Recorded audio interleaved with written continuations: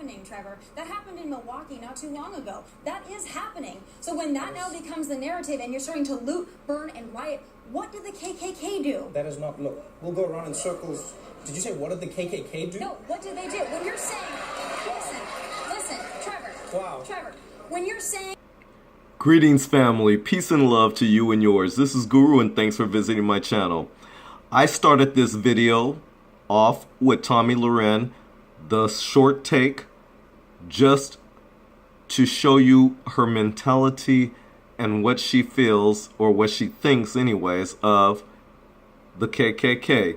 Since I'm going to do this video today of 10 of the most villainous acts committed by the Ku Klux Klan, I wanted to include Tomi Lahren at the beginning to show her ignorance on the history of the Ku Klux Klan. So with that, family, let's get started. So family, the Ku Klux Klan has been causing mayhem in the United States for well over a century. With a membership that once exceeded 4 million, their mission was simple: to cleanse the American people and eradicate the undesirables that diluted the pure, white, so-called race. Here are some of the most villainous acts committed by the KKK. Number 10, the lynching of Jim Williams. So family, during the Reconstruction era, the United States was still recovering from a massively destructive civil war. Still bitter over their defeat, Southern radicals began attacking sympathetic whites and free blacks, sometimes for no reason. Jim Williams was one such victim. Jim Williams was an early civil rights leader and had been targeted by the Klan for quite some time. In the late night of March 6, 1871, a group of Klansmen bombarded his home and dragged him from his cabin. These men tied a rope around Williams' neck and forced him up a tree to hang himself. When Williams clung to the tree to escape his fall, one of the Klansmen hacked at his fingers with a blade, and he fell to his death. Number 9, the Greensboro Massacre. Well, family, the Greensboro Massacre took place on November 3rd, 1979, when a group of Communist Workers' Party supporters gathered in the streets of Greensboro, North Carolina, to rally. Suddenly, a group of cars circled the protesters. When the protesters rebelled, Klansmen and members of the American Nazi Party fired into the crowd, killing 5 people and injuring 5 others. After the murders, it was alleged the police knew that the Klan would attack the demonstration, but did nothing to protect the protesters. Does that sound familiar? We already know and pretty much suspect Klans members who have infiltrated the police departments across America. Number 8, the murder of Harry T. Moore. Harry T. Moore was a black educator who participated in the civil rights movement in the 1930s. He even established his own branch of the NAACP and served as a secretary. He soon joined protests in fighting for equal pay for teachers in Florida. Before long, he became a household name with the Ku Klux Klan. On Christmas 1951, Harry and his wife were killed by a bomb planted under their bed. Pictured here, you can see the destruction of their house. The FBI did some investigation into the murders but found nothing. About 50 years later, the FBI concluded that the Ku Klux Klan played a role in the murders of the 2 innocent teachers. Number 7, the rape and murder of Madge Oberholster. Madge Oberholster was a young white woman who became close to the KKK Grand Dragon David Curtis Stevenson. She met him during his inauguration party to discuss the rumors of her reading circle having been closed due to budget cuts. Stevenson openly flirted with her and asked her out on dates, which she declined. Oberholzer eventually agreed to have dinner with him and also attended a party at Stevenson's house at one point. On March 15th, 1925, Oberholzer agreed to meet Stevenson at his mansion. There, she was forced to drink alcohol until she threw up. She was then kidnapped and brutally raped by Stevenson, this white male who savagely bit her all over her body. Seeing no other way out, Oberholzer swallowed mercuric chloride tablets to poison herself. She ultimately died from a staph infection from her bite wounds as well as mercury poisoning.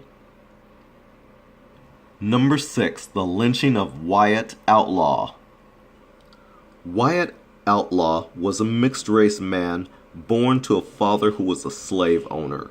It isn't entirely known if Outlaw was a slave or a free man, but he joined the army to fight in the Civil War in 1864. He served in the 2nd Regiment of Cavalry, United States Colored Troops until 1866. After the war, he became the first black town commissioner. In performing his duties as town commissioner, Outlaw opened fire at some Klansmen who were trying to intimidate blacks in Graham, North Carolina. The Klan was infuriated at the news of this. They dragged Outlaw out of his home and lynched him in the town square. A cryptic message on his chest read, quote, "Beware, ye guilty parties, both white and black."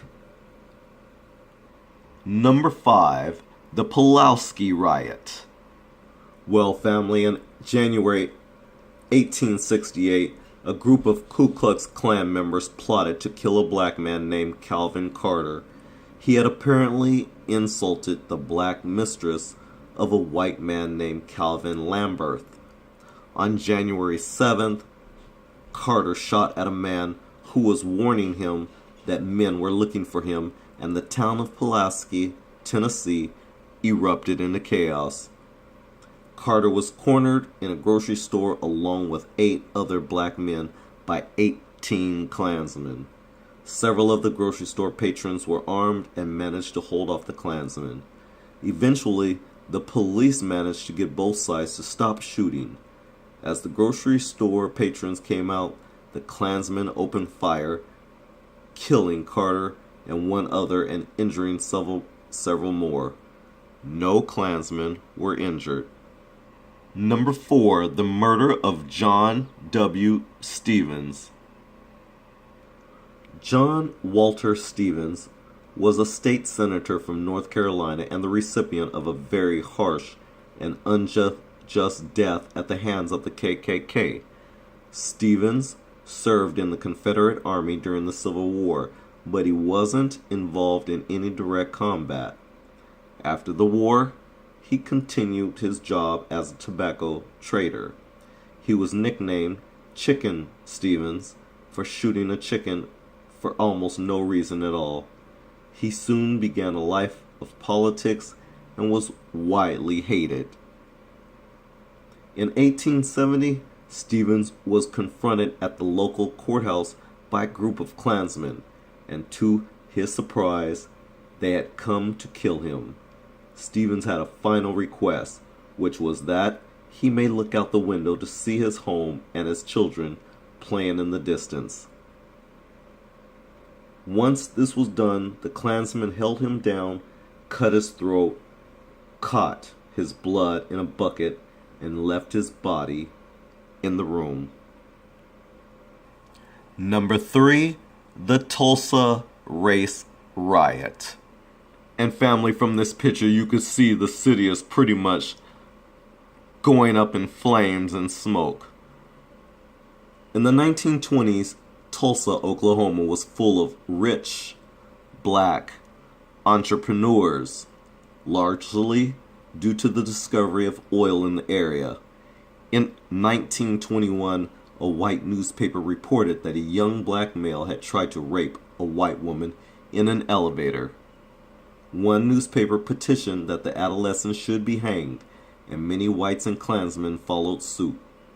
This news spread to the black community, which took up arms to prevent the lynching of the young man. Soon an all-out riot began. African Americans opened fire on the whites, who retaliated by killing innocent black men and women.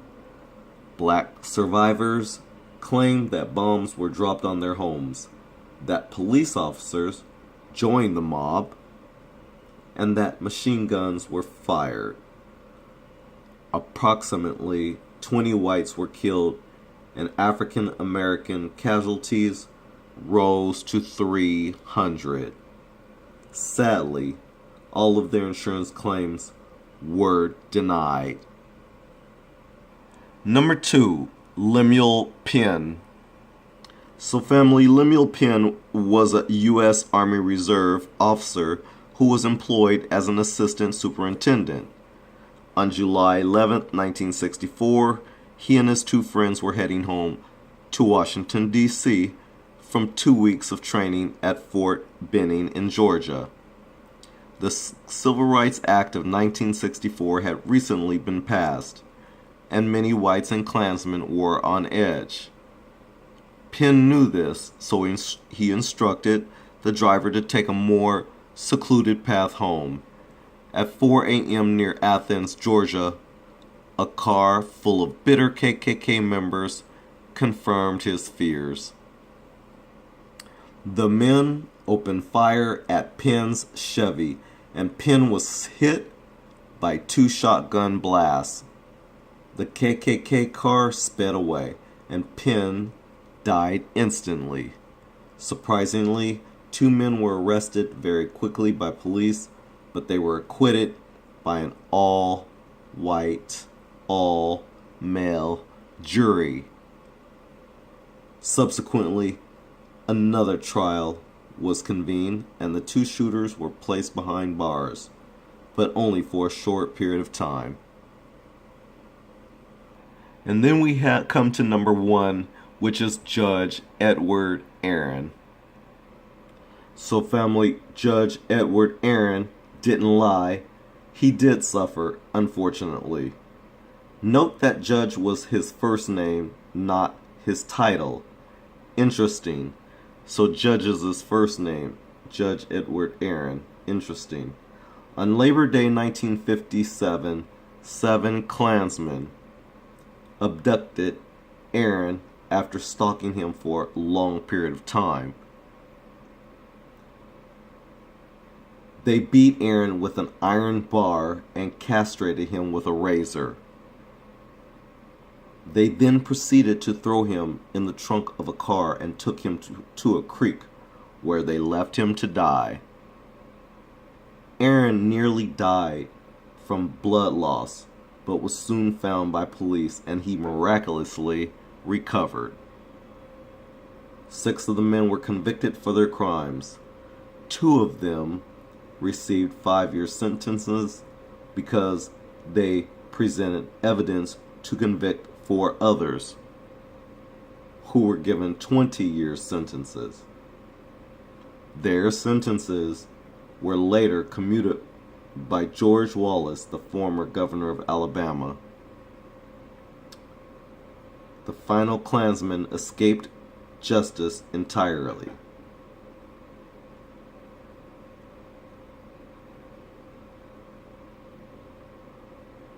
So family, that is racking up 10 of the most villainous acts committed by the Ku Klux Klan. Now, people like Tommy Loren can't go around saying stupid and ignorant statements about things that they don't know what they're talking about. The information is there. Seek and ye shall find. Well, family, that's the extent of this video. If you like it, please share it, comment, and if you haven't already, subscribe. Peace and love to you and yours. Until the next video, take care of yourself.